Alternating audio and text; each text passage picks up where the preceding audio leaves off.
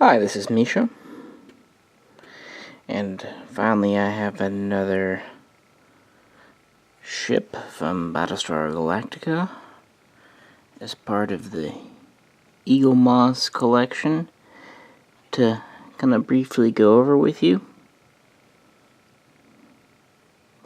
They only release these about once every 2 months, and there's only 6 in the total collection to date. And number 6 is this critter here. This is the Mark VII, MK Roman numeral 7, VII. Viper, as seen in the reimagined BSG from the miniseries onward. Although there was a minor revision, I guess late season 2, where they kind of updated the model a bit, but they're all still Mark 7s. And I knew as soon as this came out, just came in the mail today, I would compare it to the other Vipers. We've had the Mark 1 and the Mark 2, but that's for a different video. Doesn't seem honest to give them their own videos and not give the Mark 7. This came into service in the Colonial fleet after the first Cylon War. Actually, probably quite recently, not long before the second Cylon War, aka when they kicked the crap out of the humans. As it's pretty much the most modern fighter in the Colonial fleet. And this is a space superiority fighter and a multi-role fighter. I've read that people kind of equate it to our F-16, and that seems to be a fair assessment. It's about 32 feet long, just one pilot. Like all Vipers, or at least most I'm aware of, it has 3 engines. It's capable of space and atmospheric flight. It has 3 cannons rather than 2, but they seem to be the same kind of cannons as we saw in the Mark II, at least the same caliber. In addition, it has at least 2 missiles as standard and can mount more, even mounting nuclear weapons and bombs. It's a more aerodynamic, more streamlined design. It's longer, but in some ways slimmer, less chunky than the earlier Vipers. Just a pretty neat ship. These were very advanced. If you go back to my video on the Viper Mark 1, you'll see I say it had some pretty advanced avionics and electronics. With the 2, they kind of downgraded that because of the Cylons.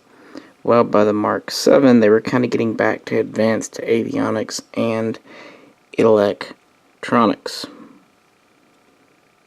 This is actually why most of these were destroyed, as the CNP program, Control Navigation Program, allowed the Cylons to backdoor and essentially blow these up. Well, just turn the power off, basically.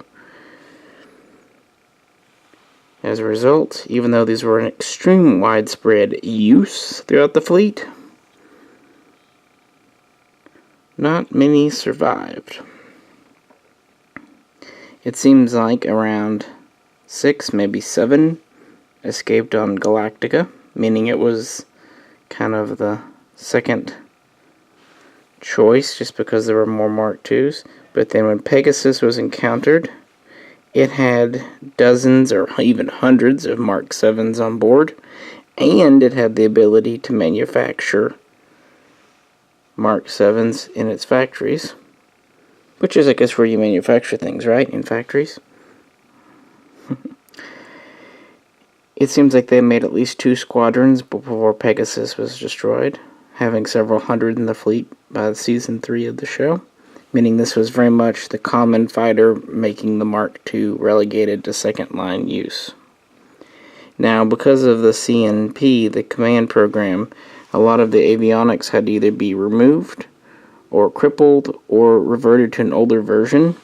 And it's said because of that, because the ship relied heavily on its avionics, it was a little harder to pilot.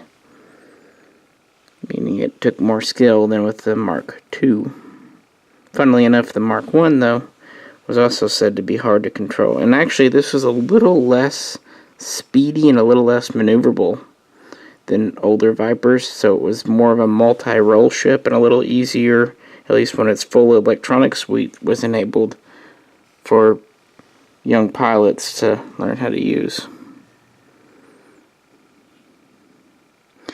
But yeah, the half a dozen or 7 or whatever on Galactica, they stripped out the electronics, and then they did the same thing on Pegasus, so they could still use these.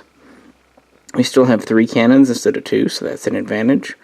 We still have a little more aerodynamic, streamlined hull. So an atmospheric flight, it still might have better performance even without all the advancements.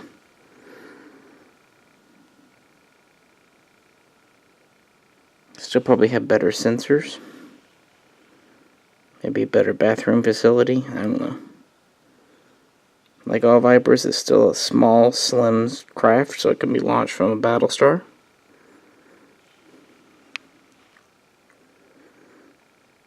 And since the end of the show, the colonies are essentially gone. This would be the final Viper, at least mass production if we don't count the Death Star and other things.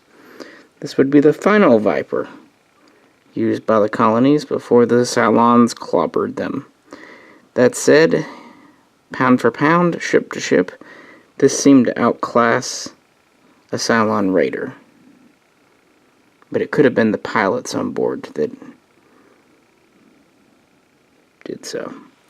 Anywho, the model itself, I was really excited for them to come out with finally, because I really didn't know how the Mark VII looked. I like the kind of slim, curvy design, the rounded cockpit. It's a long ship. It kind of surprised me how relatively narrow it is, but I think it's a little deceptive, just because of, again, the design, whereas the other ships are more clunky.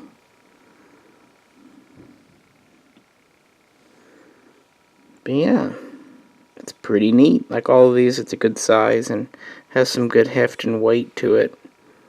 And some kind of detailing for the cockpit and such. And it has all the guns and engines. These are just really neat. That'd be okay if they started releasing one a month. Now that this is out, I'm hoping we'll see the Pegasus and the TOS, the original series Battlestar. Because I'd really like to get a fleet of Battlestars now that we have 3 different Vipers. And I would like to see an original Raider as well as a Heavy Raider. And I would really like to see a Raptor, a Colonial Raptor. From there, if they want to do like a Resurrection ship or, Colonial 1, that'd be neat. But I'd like to get the military ships out of the way, as I've said in previous videos.